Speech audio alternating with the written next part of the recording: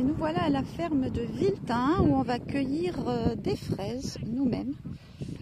Et puis après on ira voir les bons produits aussi. En fait ils ont des vaches laitières, ils font leur yaourt, leur fromage, tout ça. Mais là pour l'instant c'est étape aller cueillir des fraises. Alors voilà, on prend le petit carton. Il est content avec son petit panier. Il est content le monsieur avec le petit panier. Elle est jolie la fermière. Alors cette semaine on peut avoir des fraises, de la rhubarbe, des salades, des épinards, des roses, des œillets de poète. C'est sympa.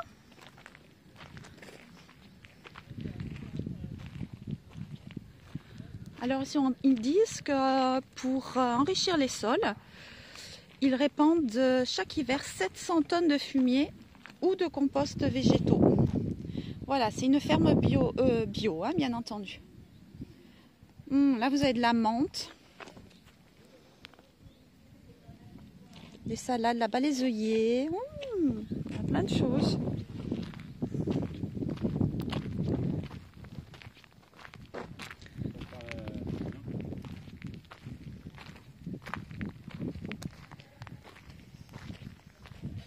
Ah, il y a des fleurs.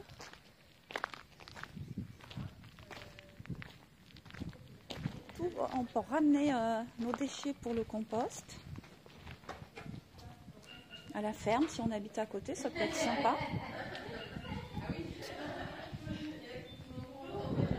Allez, on va vers les fraises, c'est ce qui nous intéresse. Et coucou le camping-car. On a laissé Poppy parce que si on emmène Poppy au milieu des fraisiers, je crains le pire. Un petit pied à chaque fraise.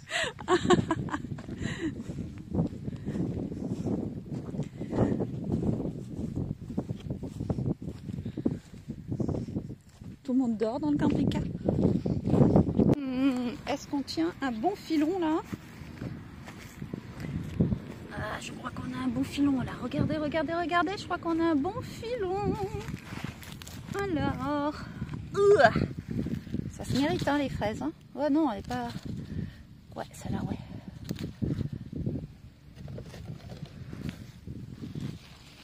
Viens par là, toi. Toi aussi.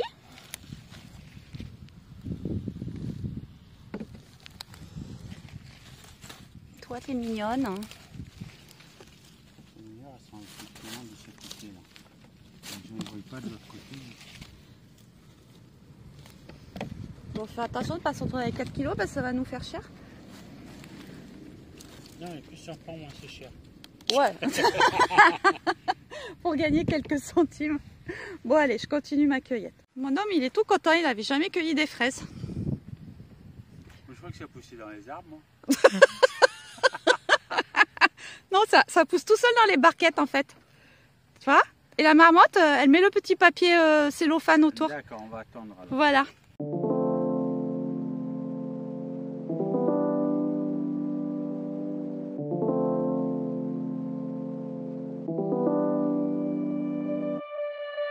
Tu prends un dessert aujourd'hui? Oui, ce soir je prends une fraise en dessert. Ça suffira, je pense, en quantité. Elles sont énormes. Encore, j'ai des grosses mains. Oui, amenez dans ma main. Ah ouais, c'est pas pareil, hein, je vois plus ta main. Alors, après, hein, ils ont bien fait comprendre qu'il fallait pas les manger sur place. Hein. Mais moi, je les mange pas du tout sur place. Oh putain, que c'est bon. Alors, 5,70 € le kilo, en sachant qu'elles viennent à peine d'être cueillies et que, comme on les mange directement ce soir, tout à l'heure, ben on n'en jettera pas. Parce que quand vous achetez des fraises en supermarché pratiquement vertes, avec en dessous celles qui sont pourries, bah, ça vous fait très très cher le kilo. Tandis que là, tout est mangeable. Bonne opération. Quand on cherche princesse, toujours la même, s'est fait la malle alors qu'on a ouvert la porte devant la ferme et qu'on devait partir. Ben, on attend comme des cons que Non, mademoiselle... Toi, Ce qui est sympa sur ce site, vous pouvez vous garer vraiment tout le long. sans problème avec vos camping-cars. Donc c'est quand même assez sympa. Là, on vient de se garer pour la boutique et la visite de la ferme devant les arbres fruitiers. Alors, voici la boutique. Pour aller avec les fraises, je vais prendre du fromage blanc bien frais de la ferme. Ça, c'est les yaourts de la ferme. Je vous en prie, on a le temps. Je voudrais 1 kg de fromage blanc, s'il vous plaît. C'est tout. Est-ce qu'on peut encore visiter se balader dans la ferme? Oui. D'accord. Par contre, on a un petit chien avec une charge en laisse. Est-ce que c'est possible ou pas? En laisse. Oh non, je ne vais pas vous faire déplacer. Un petit chien en laisse, c'est possible ou on le laisse dans le camping-car? Non, surtout ce qu'il ne faut pas aller, c'est derrière dans les étapes, bien sûr. Les chiens sont interdits à la cueillette. Mais après, vous pouvez vous balader. On laisse et on ramasse toujours si jamais il y a un petit popo. Ouais. On va mettre le fromage blanc au frais qui va bien aller avec les fraises tout à l'heure chez nos amis. Et donc là maintenant nous partons pour la visite de la ferme. Oh, Poppy, t'es si pressée que ça de voir les vaches? Non, je peux pas te lâcher là. Alors, on n'aura pas la visite de la salle de traite.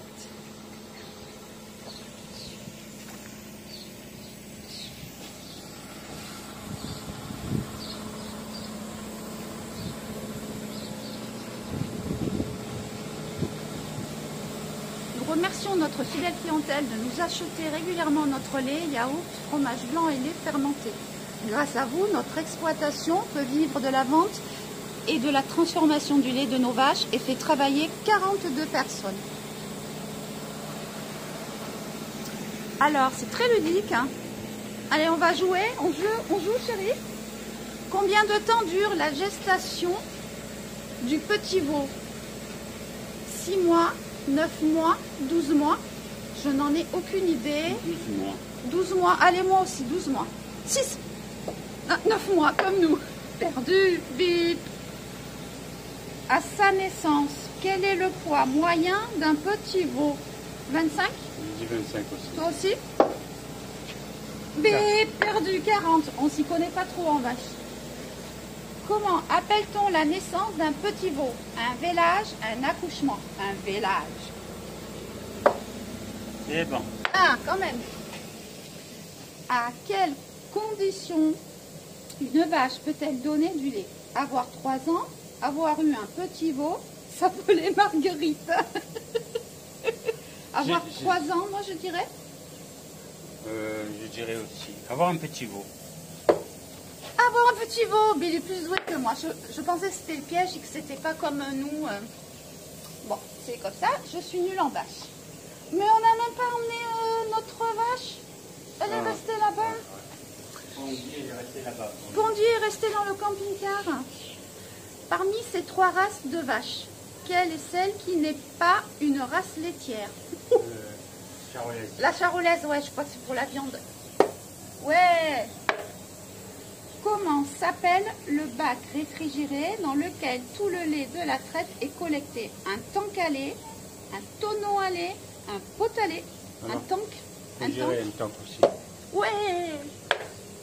Le lait est pasteurisé quand il a été chauffé à une certaine température. Quelle est cette température? 43, 72, 150 degrés? 150 peut-être, non? 72. 72? Oh, mais c'est tout lui! Combien de litres de lait sont nécessaires à la fabrication d'une plaquette de beurre de 250 grammes? 2 litres 5? 5,5, 7,5, moi je dirais 2,5. 5,5. Tu vois, il va encore avoir raison. Oh, il m'énerve, il a toujours raison. Tu joues au loto. Combien de litres de lait une vache de Viltin, c'est-à-dire d'ici, fabrique-t-elle environ chaque jour? 10 litres, 30 litres, 50 litres. Moi je réponds même plus, j'en ai marre. Alors dis. 30? 10. Ah, enfin. Lorsqu'une vache mastique et digère de l'herbe. Attends, on dit qu'elle rumine, mâchouille, rabâche. Ben rumine. À Viltin, nous cultivons des céréales pour nourrir notre troupeau. Pourrais-tu en citer au moins 3? Au moins 3. Déjà, il faudrait que j'en cite un. Alors il y a du foin, de l'orge. De l'orge et du blé. Et du blé. On n'a que l'orge. Mais bon, bravo. Une vache est un animal herbivore, carnivore, yaourtivore. Herbivore. Mais oui. Voilà, on est nuls. Voici. Alors, je ne sais pas si avec le reflet vous allez voir, mais on voit ces demoiselles sur la machine à traire. Elles tournent, elles font du manège. Mais tu as vu, elles montent au fur et à mesure. De quoi qui monte? Les vaches, elles montent au fur et à Ah mesure. ouais, là-bas au fond, je ne sais pas si vous voyez. Au lieu de faire le tour. Hop, le tourniquet tourne, hein. C'est le but d'un tourniquet. Et vous allez voir, il y en a une qui va rentrer. Attention, faut pas qu'elle loupe le coche. Bah alors, bah je crois qu'elle a loupé le coche. Ah ouais, il y a un casier de vide. Et voilà, la demoiselle est rentrée. Et coucou. Donc c'est la traite de l'après-midi. Il y a un chic qui clignote, je ne sais pas ce que c'est sur les machines.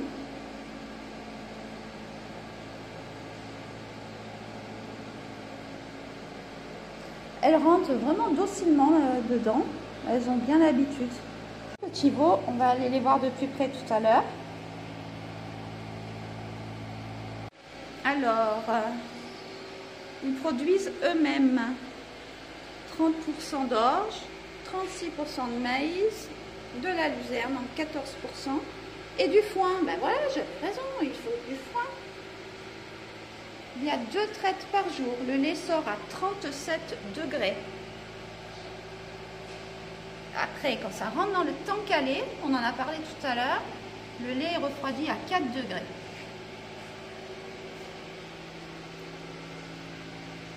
La pasteurisation.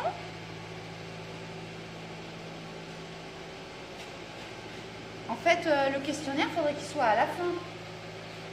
Ouais, on a bien enchaîné. Ça, on aurait l'air moins bête. Oui, c'est à la sortie.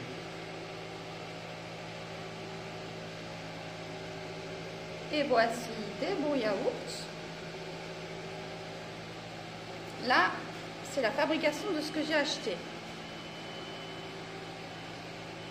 Hop, égouttage et fromage blanc. S'il n'y avait pas eu l'égouttage, mais de suite le moulage, ça aurait fait du fromage blanc en faisselle et du fromage de vache. Et après, si c'était passé par ça... Alors, il y a un truc dont tu peux me parler. Hop, le laban et le raïb. C'est des laits caillés en fait. C'est du lait caillé. Et pourquoi tu connais? Parce que quand j'étais au Maroc, on mangeait de la semoule, ça s'appelait le sikok.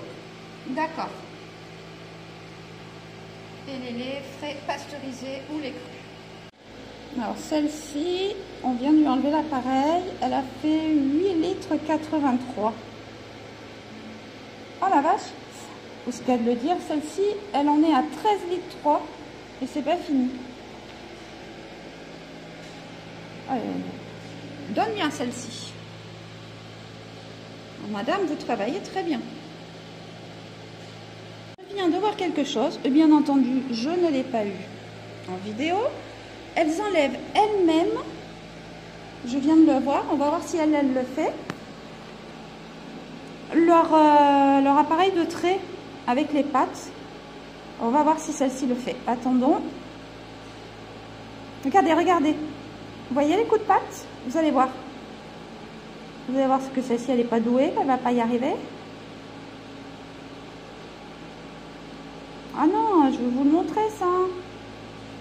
Hop, à côté, vous avez vu? Elle vient de l'enlever.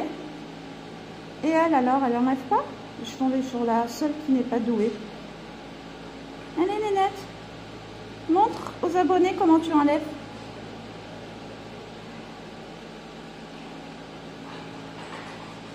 Hop, et voilà, vous l'avez vu.